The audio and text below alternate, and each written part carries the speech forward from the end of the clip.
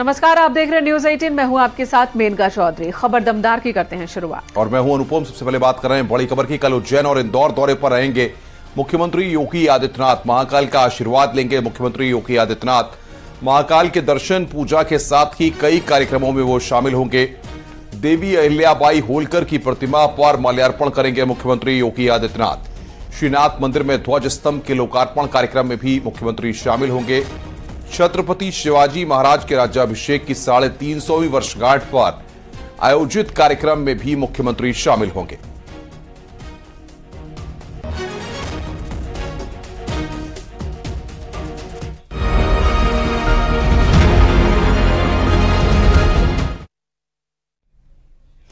योगी cabinet में आज 19 प्रस्ताव आए थे, मगर 15 प्रस्ताव पर कैबिनेट की मुहर लगी। इनमें से एक है आकांक्षी नगर योजना। नगर निकायों में आकांक्षी योजना लागू की जाएगी। साथ ही 14 शहरों में 740 एसी इलेक्ट्रिक बसें चलाई जाने का फैसला भी लिया गया। इनके अलावा घाटे में चल रहे गेस्ट हाउस को विकसित किया जाएगा। आगरा एयरपोर्ट पर सिविल एनक्लेव के लिए जमीन खरीदने के प्रस्ताव पर भी मुहर लगी है। गोरखपुर में यूपी विशेष सुरक्षा बल वाहिनी की स्थापना की जाएगी। औरैया पुलिस लाइन में आवासीय अनावासीय भवन के निर्माण का फैसला भी लिया गया। साथ ही बुंदेलखंड औद्योगिक विकास प्राधिकरण के गठन का भी फैसला लिया गया। कैबिनेट के दौरान ही धान की एमएसपी 143 रुपए प्रति क्विंटल बढ़ाने पर फैसला हुआ। आपको एक बार फिर बता दें, नगर निकायों में आकांक्षी योजना लागू की जाएगी।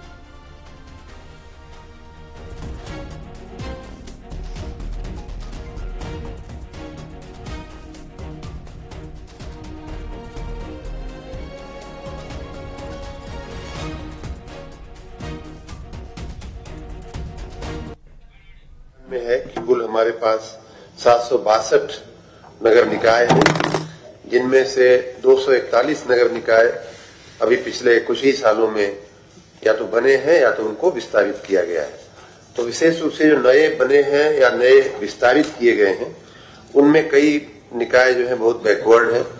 तो ये हुआ कि इनको बाकी के कक्षा में लाने के लिए और उनका जो अर्थव्यवस्था में जो योगदान होता है $1 ट्रिलियन की अगर हमें इकोनॉमी बनानी है, तो हमारे नगरीय क्षेत्रों का योगदान लगभग 65% होता है। तो इस दृष्टि से उन्हें सुदृढ़ करने के लिए ये आकांक्षी नगर योजना इस साल के बजट में माननीय वित्त मंत्री जी, माननीय मुख्यमंत्री जी के कृपा से 100 करोड़ रुपए का उसमें प्रावधान भी किया गया है। कैबिनेट बैठक में बुंदेलखंड के विकास को लेकर भी चर्चा हुई है। बुंदेलखंड औद्योगिक विकास प्राधिकरण के गठन को भी मंजूरी मिली है। औद्योगिक विकास प्राधिकरण के गठन का संबंध में आप सब जानते हैं कि 1976 में नोएडा का गठन हुआ था और उसमें टाउनशिप भी विकसित किए जाने की बात कही गई थी। तो उसी तर्ज पर बुंदेलखंड मुख्यमंत्री औद्योगिक क्षेत्र विस्तारीकरण एवं नए औद्योगिक क्षेत्र प्रोत्साहन योजना के अंतर्गत इसका शुभारंभ हो गया है। ये 86 में बुंदेलखंड औद्योगिक विकास प्राधिकरण द्वारा ये डेवलप किया जाएगा। रामनगरी अयोध्या के विकास को लेकर भी आज की कैबिनेट में अहम फैसला लिया गया। कैबिनेट ने क्या फैसला लिया है, ये हम आपको सुनाते हैं। जनपद अयोध्या में टूरिस्ट फैसिलिटेशन सेंटर अयोध्या की RFQ की प्रकाशित ई निविदा के सापेक्ष शॉर्टलिस्टेड निविदाकर्ताओं बिडर्स के मध्य जारी RFP के सापेक्ष प्राप्त परीक्षाओं की समाहित करते हुए सार्वजनिक निजी सहभागिता निविदा मूल्यांकन समिति द्वारा अंतिमीकृत RFP प्रपत्रों पर मंत्रिपरिषद का अनुमोदन प्राप्त किया गया। इसके अलावा जो 7 के अलावा एक अयोध्या भी है, जिसको भी इसी तर्ज के ऊपर PPP मॉडल के ऊपर संचालित करने का निर्णय मंत्रिपरिषद के द्वारा लिया गया। प्रधानमंत्री मोदी के जन्मदिवस के मौके पर हेल्थ मिनिस्ट्री तोहफा देने वाली है। हेल्थ मिनिस्ट्री ने प्रधानमंत्री के जन्मदिन पर सेवा पखवाड़े का आयोजन किया है, जो 17 सितंबर से 2 अक्टूबर तक चलेगा। बता दें कि कल राष्ट्रपति आयुष्मान भवय को लॉन्च करेंगी। 17 सितंबर को आयुष्मान भवय अभियान चलाया जाएगा। इसके तहत आरोग्य लक्ष्य सेवा का प्रचार प्रसार किया जाएगा। हर लोगों को लगने के लिए आह्वान किया है। एनजीओ सब जुड़ेंगी, रेड क्रॉस जुड़ेंगे, उसके लिए भी एक ई रक्त कोष करके पोर्टल है, वहां जाके सेवा पखवाड़ा के दरमियान जो एनजीओ, आज शायद 6500 से अधिक एनजीओ ने रजिस्ट्रेशन करवा लिया है कि वो ब्लड डोनेशन कैंप करेंगे। अभी 3-4 दिन है तो 17 तारीख तक और लोग जुड़ते जाएंगे। अपेक्षा है कि 1 लाख से अधिक बोतल का ब्लड कलेक्ट हो ताकि नीडी लोगों को उसका उपयोग हो सके। और बीजेपी सांसद महेश शर्मा ने विपक्षी गठबंधन इंडिया पर निशाना साधा। सनातन के मुद्दे पर बीजेपी सांसद ने जुबानी हमला किया। महेश शर्मा के मुताबिक सनातन पर टिप्पणी करने वाले ज्ञानी नहीं हैं, उन्हें सनातन सभ्यता और संस्कृति का ज्ञान तक नहीं है। नित्य नूतन चिर पुरातन वही सनातन। अब इस सनातन का मतलब जो नहीं समझने वाले लोग हैं वो कभी नहीं समझ पाएंगे। और सनातन सभ्यता के बारे में विश्व के लोग यहां आते थे, नालंदा में पढ़ने आते थे, भारत को विश्वगुरु बनने का सपना देख रहे हैं लोग। और उसकी एक वानगी अभी आपने G20 में देखी। प्रयागराज में बुलडोजर का एक्शन दिखाया। नैनी इलाके में अवैध अतिक्रमण पर पीडीए का बुलडोजर चला। चक बबूरा अलीमाबाद में जमीन को अवैध कब्जे से मुक्त कराया गया। लगभग 7060 वर्ग मीटर पर यह अतिक्रमण था। जोनल अधिकारी के नेतृत्व में ध्वस्तीकरण की कार्रवाई की गई है। ये एक्सक्लूसिव तस्वीरें इस वक्त हम आपकी स्क्रीन पर आपको दिखा रहे हैं। चक बबूरा अलीमाबाद में यह एक्शन हुआ है। पीडीए का बुलडोजर यहां पर चला। एक्सक्लूसिव तस्वीरें इस वक्त आपकी स्क्रीन पर।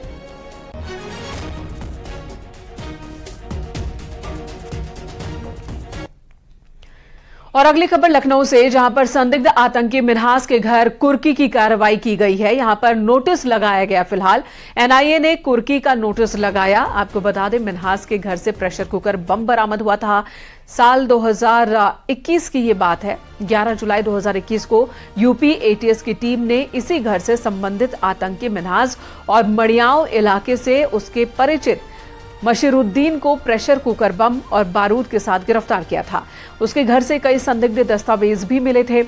मिन्हास ने अपने कई करीबियों को भी आतंकी गतिविधियों को अंजाम देने के लिए मिशन में शामिल किया था, जिसमें मिन्हास के कई साथी अब भी फरार हैं। पुलिस ने खुलासा किया कि आतंकी मिन्हास 15 अगस्त के मौके पर लखनऊ को दहलाने की साजिश रच रहा था।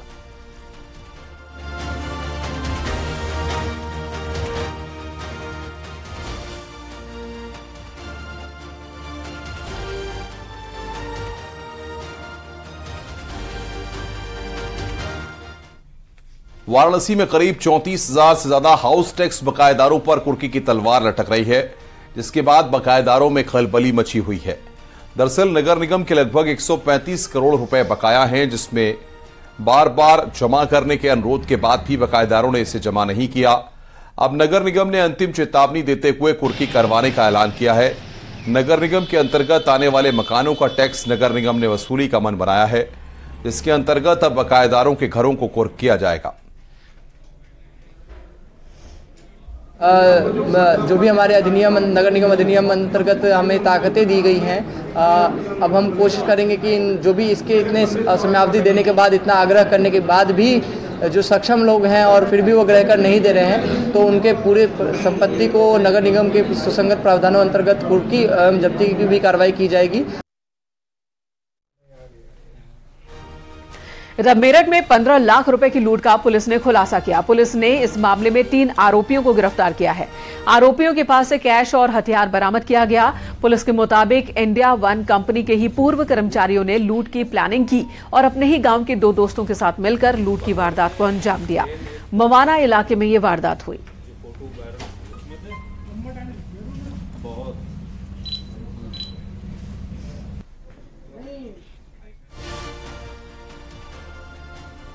खबर लखनऊ से है। प्रॉपर्टी डीलर से रंगदारी मांगने वाले 2 आरोपी गिरफ्तार किए गए हैं।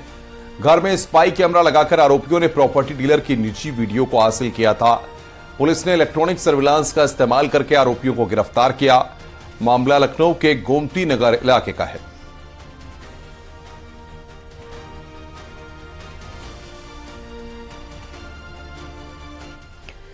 चंदौली में बैंक के अंदर एक महिला से 22 लाख रुपए लूटने का मामला सामने आया। लूट की वारदात बैंक में लगे सीसीटीवी कैमरे में रिकॉर्ड भी हुई है।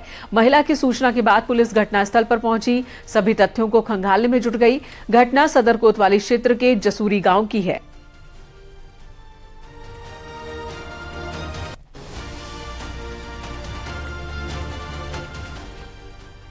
खबर मिर्जापुर से है, जहां पर बैंक के कैश वैन से 40 लाख की लूट से हड़कंप मच गया। लूट के दौरान बदमाशों ने गार्ड समेत 3 को गोली मार दी। अस्पताल में इलाज के दौरान गार्ड की मौत हो गई। यह वारदात कटरा कोतवाली क्षेत्र के बिलतर इलाके की है। तो ये 2 तस्वीरें इस वक्त हम आपको दिखा रहे हैं, सीसीटीवी का फुटेज दिखा रहे हैं। कैश वैन से 40 लाख रुपए की लूट हुई है। मिर्जापुर की एक खबर, जहां पर बदमाशों ने गार्ड समेत 3 को वहां पर गोली मारी है। तस्वीरें इस वक्त हम आपकी स्क्रीन पर दिखा रहे हैं। इलाज के दौरान गार्ड की वहां पर मौत हो गई।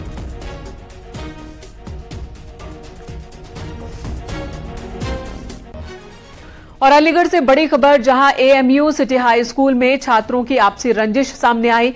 छात्र पर पेट्रोल डालकर दूसरे छात्रों ने आग लगा दी। आग लगने की वजह से यह छात्र बुरी तरह से झुलस गया। जवाहरलाल नेहरू मेडिकल कॉलेज में इसे भर्ती करवाया गया। परिजनों की तहरीर पर केस दर्ज हो चुका है। थाना बन्ना देवी क्षेत्र के एएमयू सिटी कॉलेज का सिटी स्कूल का यह मामला है।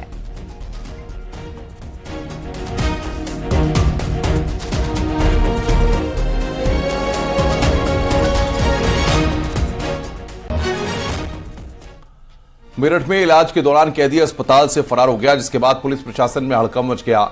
मामला लाला लाजपत राय मेडिकल कॉलेज का है। आनंद फानन में सीसीटीवी के जरिए कैदी की तलाश की गई, लेकिन पुलिस के हाथ नाकामी लगी। वहां से रेफर करके मेडिकल कॉलेज भेजा गया था और 9 तारीख को ये यहाँ पे इनकी आमद जो है मेडिकल कॉलेज में हुई थी। इसके बाद ये कल प्रातःकाल यहाँ से जो कैदी था ये चुपचाप वहां से फरार हो गया और इस प्रकरण में जो चौकी इंचार्ज है उनकी तरफ से एक मुकदमा थाना मेडिकल में जो पुलिसकर्मी है उनके ऊपर और जो कैदी फरार हुआ है उसके ऊपर पंजीकृत कराया गया है और इस प्रकरण में नियमानुसार कार्रवाई की जा रही है और सीसीटीवी फुटेज के माध्यम से जो अभियुक्त फरार हुआ है उसको पकड़ने का प्रयास इसमें किया जा रहा है। और अगली खबर अयोध्या से। रामनगरी में भगवान श्री राम के भव्य मंदिर निर्माण के साथ बढ़ती श्रद्धालुओं की संख्या को देखते हुए सिद्धपीठ हनुमानगढ़ी में भी सुविधाओं को बढ़ाए जाने की योजना तैयार की जा रही है, जिसे लेकर हनुमानगढ़ी मंदिर में पंचों की अहम बैठक हुई, जिसमें मंदिर के मुख्य द्वार की सीढ़ियों और निकासी द्वार पर बनी सीढ़ियों को चौड़ा करने पर सहमति बनी है। साथ ही बुजुर्गों को चढ़ने के लिए लिफ्ट लगाए जाने की बात कही जा रही है कि यहाँ पर लिफ्ट वाली चेयर लगाई जाए। श्रद्धालुओं को देखते हुए हनुमान जी के गर्भगृह के चारों तरफ चौड़ीकरण करने का आदेश हुआ है। प्रवेश द्वार और निकास द्वार की भी चौड़ाई बढ़ाई जाएगी।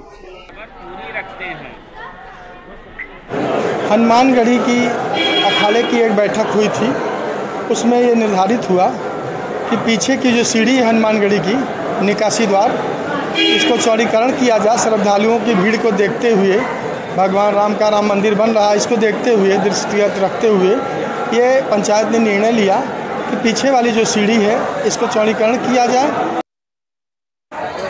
राम मंदिर के साथ अब रामलला के अनन्य सेवक हनुमान जी के पीठ को भी बाकायदा विकसित करने के लिए एक महायोजना बनाई जा रही है, जिसके अंतर्गत भगवान के दर्शनार्थ आने वाले श्रद्धालुओं की सुविधा को ध्यान में रखते हुए हनुमानगढ़ी की सीढ़ियों पर एक्सीलेटर लगाए जाने की योजना है। इसके साथ ही निकास मार्ग और प्रवेश मार्ग को चौड़ीकरण किए जाने की एक योजना बनाई गई है, जिसके लिए हनुमानगढ़ी के पंचों ने एक अहम बैठक हुई और पंचों की बैठक में यह निर्णय लिया गया कि हनुमानगढ़ी पर श्रद्धालुओं की सुविधा को बढ़ाने के लिए हनुमानगढ़ी अपने खर्च पर बाकायदा हनुमानगढ़ी की सीढ़ियों पर एक्सीलेटर लगवाएगा, मार्गों का प्रवेश मार्ग और निकास मार्ग का चौड़ीकरण कराएगा। इसके साथ ही भगवान के गर्भगृह के बगल स्थित परिक्रमा पथ को भी चौड़ाकरण किया जाएगा, जिसका खर्च हनुमानगढ़ी खुद उठाएगा। अयोध्या से न्यूज़ 18 के लिए निमित गोस्वामी। जनवरी 2025 में आयोजित होने वाले महाकुंभ को लेकर ट्रैफिक पुलिस ने अपनी तैयारी तेज कर दी है। लखनऊ से प्रयागराज पहुंचे एडीजी और director traffic and road safety ने महाकुंभ के ट्रैफिक मैनेजमेंट प्लान को लेकर पुलिस कमिश्नर और डीसीपी ट्रैफिक समेत अन्य पुलिस अधिकारियों के साथ बैठक की, साथ ही सड़क दुर्घटनाओं में कमी लाने के लिए चर्चा की गई। एडीजी ट्रैफिक ने कहा है कि ओवर स्पीडिंग की वजह से नेशनल हाईवे और स्टेट हाईवे पर होने वाली दुर्घटनाओं को स्पीड कम करके रोका जा सकता है। इसके लिए जहां हाईवे के किनारे साइनेजेस और कैमरे पहले से ही लगाए गए हैं, वहीं दुर्घटनाओं को रोकने के लिए डायनेमिक स्पीड रडार भी लगाए जाएंगे। क्यों होती हैं, कहां होती हैं, एक फिक्स्ड पॉइंट्स पर एक फोकस्ड एफर्ट की तरीका से पिछले 7 साल का डाटा निकाल करके हम लोग स्टडी करेंगे। वो ये इंफॉर्मेशन शेयर किया गया था सभी ऑफिसरों को। स्पीडिंग, ओवर स्पीडिंग की वजह से नेशनल हाईवेज और स्टेट हाईवेज पर जो एक्सीडेंट्स हो रहे हैं उसको रोका जा सकता है बाय कंट्रोलिंग स्पीड्स। साइनेजेस तो है, लोग आप चाहते हैं कि जहां कैमरास भी लगे हुए हैं, ये स्टैटिक कैमरास के साथ साथ डायनेमिक स्पीड राडार्स को भी लगा करके हम करेंगे। और आज नोएडा में दिन दहाड़े एक महिला से मोबाइल फोन लूट लिया गया। सीसीटीवी में रिकॉर्ड हुई ये वारदात। मोबाइल फोन लेकर शातिर फरार हो गया। नोएडा सेक्टर 34 में ये वारदात हुई है। थाना सेक्टर 24 क्षेत्र में आता है ये इलाका। तो सोसाइटी के अपने गेट पर महिला फोन पर बात कर रही थी और इसी बीच एक शख्स फोन लेकर भाग जाता है। महिला कुछ दूर उसका पीछा भी करती है, लेकिन उसे पकड़ पाने में नाकाम रहती है।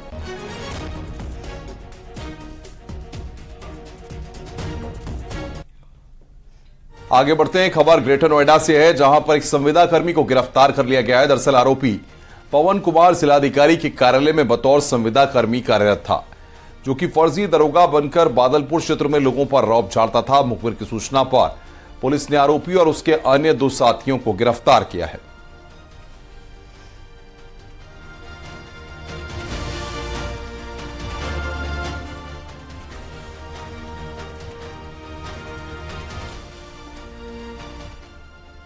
और अगली खबर मेरठ से, जहां पर इलाज के दौरान कैदी अस्पताल से फरार हो गया, जिसके बाद पुलिस प्रशासन में हड़कंप मच गया। मामला लाला लाजपत राय मेडिकल कॉलेज का है। आनन फानन में सीसीटीवी के जरिए कैदी की तलाशी की गई, लेकिन पुलिस के हाथ नाकामी लगी।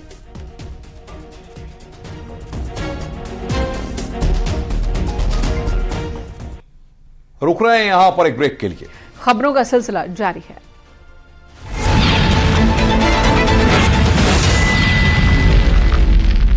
खबर अलीगढ़ से, जहां पर एक दूल्हा गिरफ्तार कर लिया गया। चोरी के आरोप में दूल्हे की गिरफ्तारी हुई है।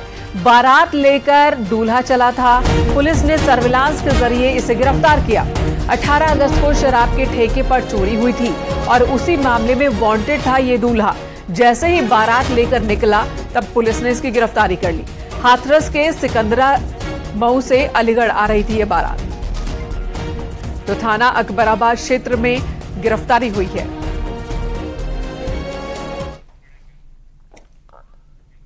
आगे बढ़ते हैं, खबर झांसी से। इन दिनों सोशल मीडिया पर रील बनाने का दौर निरंतर जारी है। एक शख्स लाइसेंसी हथियार से हवाई फायरिंग करता हुआ नजर आ रहा है। वायरल वीडियो झांसी के टोडी फतेहपुर थाना क्षेत्र का बताया जा रहा है। टोडी फतेहपुर थाना पुलिस मामले की जांच पड़ताल में जुटी हुई है।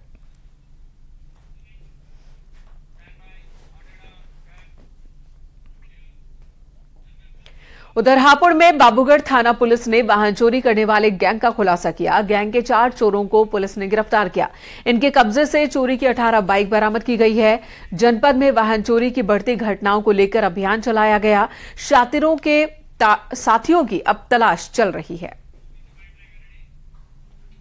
बाबूगढ़ पुलिस द्वारा मोटरसाइकिल चोरों के एक गैंग को पकड़ा गया है, जिसमें 4 अभियुक्तगण को गिरफ्तार किया गया है। इनकी निशादेही पर चोरी की 18 मोटरसाइकिलें बरामद की हैं। इनमें से 8 मोटरसाइकिलें थाना बाबूगढ़, हापुड़ देहात, गढ़ और सिंभावली थानों से कनेक्ट हो गई हैं। बाकी मोटरसाइकिलों को कनेक्ट किया जा रहा है। आगे बढ़ते हैं, बुलंदशहर से फरार युवती को हरियाणा से बरामद करने के बाद उसकी हत्या करने के मामले में पुलिस ने केस सॉल्व कर दिया है। पुलिस ने 4 आरोपियों को गिरफ्तार किया है। दरअसल वारदात को अंजाम देने के बाद युवती के शव को नरसेना थाना क्षेत्र में स्थित गंगा किनारे खादर की जमीन में दफना दिया गया। 3 माह बाद अब गंगा का जलस्तर घटा तो शव से मिट्टी भी हट गई और कंकाल सामने आया, जिसके बाद स्थानीय पुलिस ने छानबीन शुरू की। अब पुलिस ने चारों हत्यारोपियों को गिरफ्तार किया है। पुलिस ने बताया कि युवती 17 जून 2023 को घर से फरार हो गई थी और 2 दिन बाद युवती ने परिजनों को फोन किया और खुद को हरियाणा में होने की बात कही थी।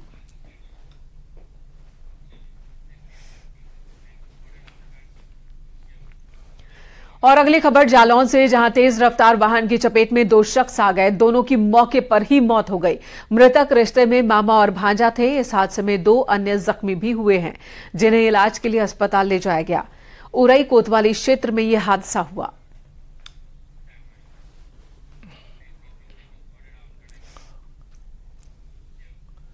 बड़ी खबर की बात कर रहे हैं। बाराबंकी में कल स्कूल बंद रहेंगे। खराब मौसम और अतिवृष्टि से जलभराव के चलते स्कूल बंद रहेंगे। बाराबंकी में जिलाधिकारी अविनाश कुमार ने यह आदेश जारी किया है। प्री प्राइमरी से लेकर कक्षा 12 तक के सभी स्कूल बाराबंकी जिले में बंद रहेंगे। बाराबंकी शहर के सभी मोहल्लों में पानी भरा हुआ है। हजारों लोग अभी भी अपने अपने घरों में फंसे हुए हैं।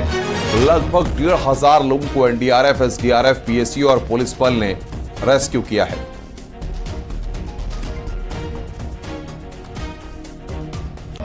बाराबंकी से एक खबर बता रहे हैं आपको, इस वक्त की बड़ी खबर। कल स्कूल बाराबंकी में बंद रहेंगे। खराब मौसम के चलते यह फैसला यहां पर लिया गया है और जिलाधिकारी ने यह फैसला लिया है।